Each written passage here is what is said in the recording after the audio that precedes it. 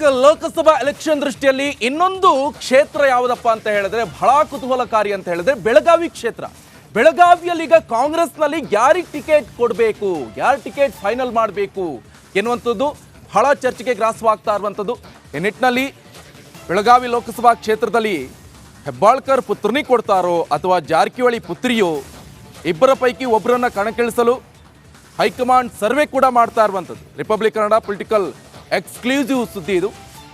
ಯಾಕಂತ ಹೇಳಿದ್ರೆ ಯಾರಿಗೆ ಟಿಕೆಟ್ ಕೊಡ್ತಾರೆ, ಹೆಬ್ಬಾಳ್ಕರ್ ಪುತ್ರನಿಗೆ ಸಿಗುತ್ತಾ ಅಥವಾ ಸತೀಶ್ ಜಾರಕಿಹೊಳಿ ಅವರ ಪುತ್ರಿಗೆ ಸಿಗುತ್ತಾ ಎನ್ನುವಂಥ ಸಾಕಷ್ಟು ಚರ್ಚೆ.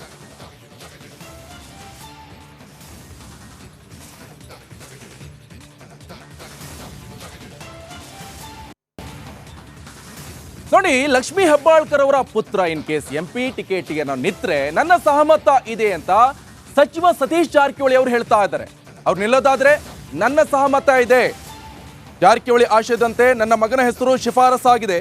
ರಿಪಬ್ಲಿಕ್ ಕನ್ನಡಕ್ಕೆ ಮಹಿಳಾ ಮತ್ತು ಮಕ್ಕಳ ಕಲ್ಯಾಣ ಸಚಿವೆ ಹೆಬ್ಬಾಳ್ಕರ್ ಹೇಳಿಕೆ ಇದು. ಆಕಾಂಕ್ಷಿಗಳು ಬಹಳ ಜನ ಇದ್ದಾರೆ, ಅಳೆದು ತೂಗಿ ಅಭ್ಯರ್ಥಿ ಆಯ್ಕೆ ನಡೆಸಲಾಗುತ್ತೆ. ಜನ ಹೇಳಿದ್ದಕ್ಕೆ ನನ್ನ ಮಗನ ಹೆಸರು ಮುಂಚೂಣಿಯಲ್ಲಿ ಬಂದಿದೆ. ಜಾರಕಿಹೊಳಿ ನನ್ನ ಜೊತೆ ಮಾತನಾಡುವಾಗ ಪುತ್ರನ ಹೆಸರು ಪ್ರಸ್ತಾಪವನ್ನ ಮಾಡಿರುವಂಥದ್ದು. ಆದರೆ ಮಗನಿಗೆ ಚಿಕ್ಕ ವಯಸ್ಸು, ಪುತ್ರಿ ಹೆಸರು ನಾವೇ ಹೇಳಿದ್ದೇವೆ ಎನ್ನುವಂಥ ಕನ್ಕ್ಲೂಷನ್ ಕೂಡ ಕೊಟ್ಟಿದ್ದಾರೆ ಲಕ್ಷ್ಮೀ ಹೆಬ್ಬಾಳ್ಕರ್ ಅವರು. ರಿಪಬ್ಲಿಕ್ ಕನ್ನಡ ಜೊತೆ ಮಾತನಾಡಿರುವಂಥ ಸಂದರ್ಭದಲ್ಲಿ ಒಂದಿಷ್ಟು ಮಾಹಿತಿಗಳನ್ನು ಹಂಚಿಕೊಂಡಿರುವಂಥದ್ದು. ಈ ಸಂದರ್ಭದಲ್ಲಿ ಬೆಳಗಾವಿ ಟಿಕೆಟ್ ಯಾರು ಪಾಲಾಗುತ್ತೆ, ಸತೀಶ್ ಜಾರಕಿಹೊಳಿಗೆ ಬಿಲ್ಕುಲ್ ಇಷ್ಟ ಇಲ್ಲ, ಅವರಿಗೆ ಟಿಕೆಟ್ ನೀಡಲಾಗುತ್ತೆ ಅಂತ ಕಾಂಗ್ರೆಸ್ ಪಾಳ್ಯದಲ್ಲಿ ಕೇಳಿ ಬರ್ತಾ ಇರುವಂಥದ್ದು. ಸಚಿವ ಸತೀಶ್ ಜಾರಕಿಹೊಳಿ ಅವರೇ ನಿಂತ್ಕೊಳ್ಳಿ MP ಟಿಕೆಟ್ಗೆ. ಆದರೆ ಸಚಿವ ಸತೀಶ್ ಜಾರಕಿಹೊಳಿ ಅವರಿಗೆ ಬಿಲ್ಕುಲ್ ಇಷ್ಟ ಇಲ್ಲ MP ಟಿಕೆಟನ್ನು ಪಡ್ಕೊಳ್ಳೋಕೆ. ಯಾಕಂತ ಹೇಳಿದ್ರೆ ಈಗಾಗಲೇ ಅವರು ಕರ್ನಾಟಕದಲ್ಲಿ ಸಚಿವರಾಗಿದ್ದವರು, ಆದರೆ ಅವರಿಗೆ ಲೋಕಸಭೆಗೆ ಹೋಗೋಕೆ ಇಷ್ಟ ಇಲ್ಲ. ಈ ನಿಟ್ಟಿನಲ್ಲಿ ಸಾಕಷ್ಟು ಪರಿಶ್ರಮವನ್ನು ವಹಿಸ್ತಾ ಇರುವಂಥದ್ದು. ಅದು ಕೂಡ ಭದ್ರ ಬುನಾದಿಯನ್ನು ಕೂಡ ಹಾಕೊಳ್ತಾ ಇದ್ದಾರೆ ಸತೀಶ್ ಜಾರಕಿಹೊಳಿ. ಸಿಗೋದಾದ್ರೆ ಕೊಡೋದಾದ್ರೆ ಕೊಡಲಿ, ಲಕ್ಷ್ಮೀ ಹೆಬ್ಬಾಳ್ಕರ್ ಅವರ ಪುತ್ರನಿಗೆ ಟಿಕೆಟ್ ಕೊಡೋದಾದ್ರೆ ನಾನು ಕೂಡ ಸಹಮತವನ್ನು ವ್ಯಕ್ತಪಡಿಸ್ತೇನೆ, ಕೊಡೋದಾದ್ರೆ ಕೊಡ್ಲಿ ಎನ್ನುವಂಥ ನಿಟ್ಟಿನಲ್ಲೂ ಕೂಡ ಮಾತನಾಡಿದ್ದಾರೆ ಅಂತ ಲಕ್ಷ್ಮೀ ಹೆಬ್ಬಾಳ್ಕರ್ ಕೂಡ ಹೇಳ್ತಿದ್ದಾರೆ.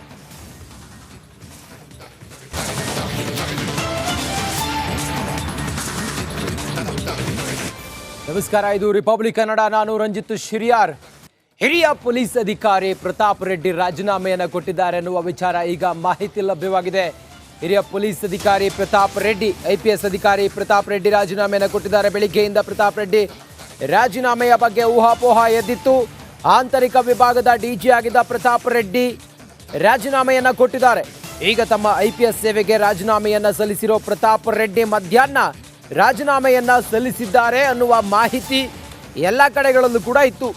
ಪೊಲೀಸ್ ಮೂಲಗಳಿಂದ ರಿಪಬ್ಲಿಕ್ ಕನ್ನಡಕ್ಕೆ ಮಾಹಿತಿ ಲಭ್ಯವಾಗಿದೆ. ಅದರ ಪ್ರಕಾರ ಆಂತರಿಕ ವಿಭಾಗದ DG ಆಗಿದ್ದ ಪ್ರತಾಪ್ ರೆಡ್ಡಿ ಅವರು ರಾಜೀನಾಮೆಯನ್ನು ಕೊಟ್ಟಿದ್ದಾರೆ. ಹಿರಿಯ ಪೊಲೀಸ್ ಅಧಿಕಾರಿ ಪ್ರತಾಪ್ ರೆಡ್ಡಿ ರಾಜೀನಾಮೆಯನ್ನು ಕೊಟ್ಟಿದ್ದಾರೆ. ಪೊಲೀಸ್ ಮೂಲಗಳಿಂದ ಮಾಹಿತಿ ಲಭ್ಯವಾಗಿದೆ. ಮಧ್ಯಾಹ್ನ ರಾಜೀನಾಮೆಯನ್ನು ಸಲ್ಲಿಸಿದ್ದಾರೆ ಅನ್ನುವ ಮಾಹಿತಿ ಏನಿತ್ತು, ಅದಕ್ಕೆ ಈಗ ಪೊಲೀಸ್ ಮೂಲಗಳು ಖಾತರಿ ಮಾಡಿವೆ. ರಾಜೀನಾಮೆ ಕೊಟ್ಟಿದ್ದು ನಿಜ ಅಂಥೇಳಿ ಹೇಳಿದ್ದಾರೆ. ಪ್ರತಾಪ್ ರೆಡ್ಡಿ ಅವರು ರಾಜೀನಾಮೆಯನ್ನು ಕೊಟ್ಟಿದ್ದಾರೆ. ಹಿರಿಯ ಪೊಲೀಸ್ ಅಧಿಕಾರಿ, IPS ಅಧಿಕಾರಿ, ಆಂತರಿಕ ವಿಭಾಗದ DG ಆಗಿದ್ದ ಪ್ರತಾಪ್ ರೆಡ್ಡಿ ರಾಜೀನಾಮೆಯನ್ನು ಕೊಟ್ಟಿದ್ದಾರೆ ಎನ್ನುವ ಊಹಾಪೋಹಗಳು ಈಗ ಪೊಲೀಸ್ ಮೂಲಗಳಿಂದ ಅಧಿಕೃತವಾಗಿ ಮಾಹಿತಿ ಲಭ್ಯವಾಗಿದೆ. ಅದರ ಪ್ರಕಾರ ಪ್ರತಾಪ್ ರೆಡ್ಡಿ ಅವರು ರಾಜೀನಾಮೆಯನ್ನು ಕೊಟ್ಟಿದ್ದು ನಿಜ. ಆಂತರಿಕ ವಿಭಾಗದ DG ಆಗಿದ್ದ IPS ಅಧಿಕಾರಿ ಪ್ರತಾಪ್ ರೆಡ್ಡಿ ರಾಜೀನಾಮೆಯನ್ನು ಕೊಟ್ಟಿದ್ದಾರೆ. ಹಿರಿಯ ಪೊಲೀಸ್ ಅಧಿಕಾರಿ ಪ್ರತಾಪ್ ರೆಡ್ಡಿ ರಾಜೀನಾಮೆಯನ್ನು ಕೊಟ್ಟಿದ್ದಾರೆ.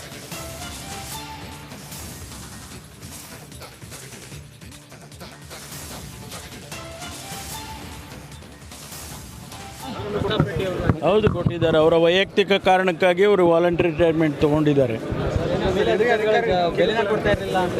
ಹೇಳಿದ್ದಾರೆ ಹಂಗಂತ ಯಾರು ಆ ರೀತಿ ಹೇಳಿಲ್ಲಲ್ಲ. ಅವರ ವೈಯಕ್ತಿಕ ಕಾರಣದಿಂದ ಅವರು VRS ತೊಗೊಂಡಿದ್ದಾರೆ. ಅದರಿಂದ ಅದಕ್ಕೆ ಬೇರೆ ಬೇರೆ ಅರ್ಥ ಕಲ್ಪಿಸುವಂಥ ಅಗತ್ಯ ಇಲ್ಲ. ಹೌದು, ಕೊಟ್ಟಿದ್ದಾರೆ. ಅವರ ವೈಯಕ್ತಿಕ ಕಾರಣಕ್ಕಾಗಿ ಅವರು ವಾಲಂಟರಿ ರಿಟೈರ್ಮೆಂಟ್ ತೊಗೊಂಡಿದ್ದಾರೆ. ಹೇಳಿದ್ದಾರೆ ಹಂಗಂತ ಯಾರು ಆ ರೀತಿ ಹೇಳಿಲ್ಲಲ್ಲ. ಅವರ ವೈಯಕ್ತಿಕ ಕಾರಣದಿಂದ ಅವರು VRS ತೊಗೊಂಡಿದ್ದಾರೆ. ಅದರಿಂದ ಅದಕ್ಕೆ ಬೇರೆ ಬೇರೆ ಅರ್ಥ ಕಲ್ಪಿಸಿ ಹಿರಿಯ ಪೊಲೀಸ್ ಅಧಿಕಾರಿ IPS ಅಧಿಕಾರಿ ಪ್ರತಾಪ್ ರೆಡ್ಡಿ ಅವರು ರಾಜೀನಾಮೆಯನ್ನು ಕೊಟ್ಟಿದ್ದಾರೆ ಅನ್ನುವ ಸುದ್ದಿ ಬೆಳಿಗ್ಗೆಯಿಂದಲೂ ಕೂಡ ಇತ್ತು. ರಿಪಬ್ಲಿಕ್ ಕನ್ನಡ ಈಗ ಅಧಿಕೃತವಾಗಿ ಡಾಕ್ಟರ್ ಜಿ ಪರಮೇಶ್ವರ್ ಅವರು ಮಾನ್ಯ ಹೋಮ್ ಮಿನಿಸ್ಟರ್ ಅವರೇ ತಿಳಿಸಿದ್ದಾರೆ. ಪೊಲೀಸ್ ಅಧಿಕಾರಿ ಪ್ರತಾಪ್ ರೆಡ್ಡಿ ರಾಜೀನಾಮೆ ಕೊಟ್ಟಿದ್ದು ನಿಜ, ಬೇರೆ ಯಾವುದೇ ಅರ್ಥವನ್ನು ಕಲ್ಪಿಸೋದು ಬೇಡ. ವೈಯಕ್ತಿಕ ಕಾರಣಕ್ಕೋಸ್ಕರ ಪ್ರತಾಪ್ ರೆಡ್ಡಿ ರಾಜೀನಾಮೆಯನ್ನು ಕೊಟ್ಟಿದ್ದಾರೆ ಅನ್ನೋದನ್ನು ಹೋಮ್ ಮಿನಿಸ್ಟ್ರೇ ಈಗ ಖಾತ್ರಿಪಡಿಸಿದ್ದಾರೆ.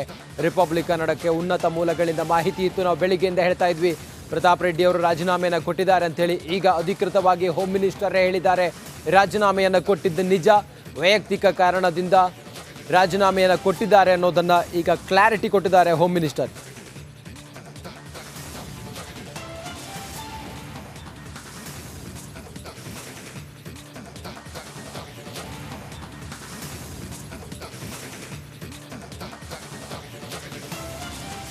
ಮಾನ್ಯ ಮುಖ್ಯಮಂತ್ರಿ ಸಿದ್ದರಾಮಯ್ಯ ಕೇಂದ್ರದ ತೆರಿಗೆ ನೀತಿ ವಿರುದ್ಧ ಹರಿಹಾಯ್ತಿರುವಂತ ಸಿದ್ದರಾಮಯ್ಯ ಮತ್ತೆ ಸವಾಲು ಹಾಕಿದ್ದಾರೆ. ಸಿದ್ದರಾಮಯ್ಯನವರು ಕೇಂದ್ರದ ಟ್ಯಾಕ್ಸ್ ವಿಚಾರವಾಗಿ ತಾರತಮ್ಯ ಮಾಡ್ತಿರುವಂತ ವಿಚಾರವಾಗಿ ಮುಖ್ಯಮಂತ್ರಿ ಸಿದ್ದರಾಮಯ್ಯನವರು ಮತ್ತೆ ಸವಾಲು ಹಾಕಿದ್ದಾರೆ. ನಾನು ಹೇಳಿದ್ದು ಸುಳ್ಳಾದ್ರೆ ರಾಜಕೀಯವನ್ನ ಬಿಟ್ಬಿಡ್ತೀನಿ. ಹರಿಹರದ ರಾಜನಹಳ್ಳಿಯಲ್ಲಿ ಸಿದ್ದರಾಮಯ್ಯನವರು ಸವಾಲು ಹಾಕಿದ್ದಾರೆ. BSY ತಲೆ ಅಲ್ಲಾಡಿಸಿದಂತೆ ನಾನು ತಲೆ ಅಲ್ಲಾಡಿಸ್ಬೇಕಾ? ನಮಗೆ ಅನ್ಯಾಯವಾದರೆ ಅದನ್ನು ಪ್ರತಿಭಟಿಸೋದು ತಪ್ಪಾ? ಸಿದ್ದರಾಮಯ್ಯನವರು ಹೇಳಿರುವಂಥ ಮಾತಿದು. ಕೇಂದ್ರ ತಾರತಮ್ಯ ಮಾಡ್ತಾ ಇದೆ, ಉತ್ತರ ಭಾರತಕ್ಕೆ ಒಂದು ರೀತಿ, ದಕ್ಷಿಣ ಭಾರತಕ್ಕೆ ಒಂದು ರೀತಿ ಅನ್ನೋದು. ಹಾಗಾಗಿ ಇದನ್ನು ಕಟುವಾಗಿ ಟೀಕೆ ಮಾಡಿದ್ರು ಸಿದ್ದರಾಮಯ್ಯನವರು. ಮತ್ತೆ ದೆಹಲಿಯಲ್ಲಿ ಕೇಂದ್ರದ ವಿರುದ್ಧ ಪ್ರತಿಭಟನೆ ಮಾಡಿದ್ರು. ಆ ಮೂಲಕ ಇತಿಹಾಸದಲ್ಲೇ ಮೊದಲು ರಾಜ್ಯ ಸರ್ಕಾರ ಒಂದು ಕೇಂದ್ರದ ಮುಂದೆ, ದೆಹಲಿ ಮುಂದೆ ಕೇಂದ್ರದ ವಿರುದ್ಧ ಪ್ರತಿಭಟನೆಯನ್ನು ಮಾಡಿದ್ದು ತೆರಿಗೆ ವಿಚಾರವಾಗಿ ಮತ್ತೆ ಬರುವಂತ ಅನುದಾನದಲ್ಲಿ ತಾರತಮ್ಯ ಮಾಡ್ತಿದ್ದಾರೆ ಅನ್ನೋದು, ಕೇಂದ್ರದ ಅನುದಾನದ ವಿಚಾರದಲ್ಲಿ. ಈಗ ಮತ್ತೆ ಸವಾಲು ಹಾಕಿದ್ದಾರೆ, ಸುಮ್ಮನೆ ಇರಬೇಕಾ ನಾವು ಅಂತೇಳಿ.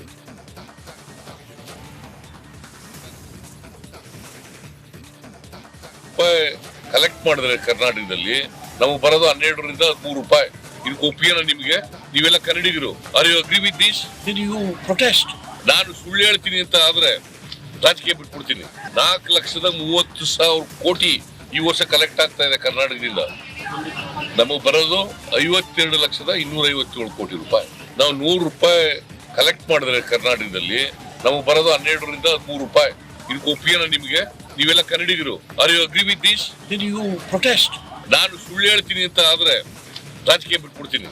4,30,000 ಕೋಟಿ ಈ ವರ್ಷ ಕಲೆಕ್ಟ್ ಆಗ್ತಾ ಇದೆ ಕರ್ನಾಟಕದಿಂದ. ನಮಗೆ ಬರೋದು 52,257 ಕೋಟಿ ರೂಪಾಯಿ. ನಾವು 100 ರೂಪಾಯಿ ಕಲೆಕ್ಟ್ ಮಾಡಿದ್ರೆ. ದೇಶ ವಿಭಜನೆ ಮಾಡ್ತೀನಿ ಅಂತ ಹೇಳಿದವರ ವಿರುದ್ಧ ಗುಂಡಿಕ್ಕಿ ಅವ್ರನ್ನ ಸಾಯಿಸಬೇಕು ಅಂತ ಹೇಳಿ ಏನು ಈಶ್ವರಪ್ಪನವ್ರು ಹೇಳಿದ್ರು. ಇದಕ್ಕೆ ಕಾಂಗ್ರೆಸ್ ಪಾಳ್ಯದಲ್ಲಿ ಭಾರಿ ವಿರೋಧ ವ್ಯಕ್ತವಾಗ್ತಾ ಇದೆ. ಕಾನೂನು ಕ್ರಮವನ್ನು ನಾವು ತೆಗೆದುಕೊಳ್ತೀವಿ ಅಂತೇಳಿ CM ಕೂಡ ಹೇಳಿದ್ದಾರೆ. ಪ್ರತ್ಯೇಕ ರಾಷ್ಟ್ರದ ಬಗ್ಗೆ ಮಾತಾಡೋರನ್ನ ಗುಂಡಿಕ್ಕಿ ಕೊಲ್ಲಬೇಕು ಅಂತೇಳಿ ಈಶ್ವರಪ್ಪನವರು ಏನು ಹೇಳಿದ್ರು, ಅದಕ್ಕೆ ಕಾಂಗ್ರೆಸ್ ಪಾಳ್ಯದಲ್ಲಿ ಭಾರಿ ವಿರೋಧ ವ್ಯಕ್ತವಾಗ್ತಾ ಇದೆ. ಈಗ ಸಿದ್ದರಾಮಯ್ಯನವರು ಕೂಡ ಚಿತ್ರದುರ್ಗದಲ್ಲಿ ವಾಗ್ದಾಳಿಯನ್ನು ಮಾಡಿದ್ದಾರೆ. ಕಡಿ ಬಡಿ ಹೊಡಿ ಕತ್ತರಿಸು ಭಾಷೆ ಬಿಟ್ಟು ಏನೂ ಬರಲ್ಲ ಇವರಿಗೆ.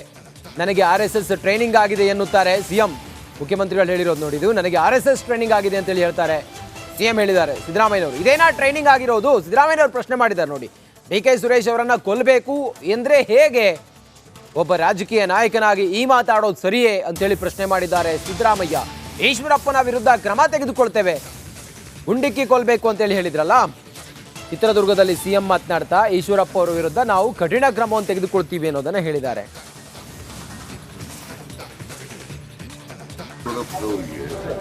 ಕಡಿ ಬಡಿ ಕರಿ ಇದು ಬಿಟ್ಟು ಇನ್ನೇನು ಭಾಷೆ ಗೊತ್ತೇ ಇಲ್ಲ. ಅವ್ರ ಮೇಲೆ ಕ್ರಮ ತೆಗೆದು ಸರ್, ಬಡಿ ಕಲ್ಲು ಕತ್ತರಿಸು ಈ ಭಾಷೆ ಬಿಟ್ಟರೆ ಇನ್ನೇನು ಬರ್ತದೆ ಬಿಜೆಪಿ.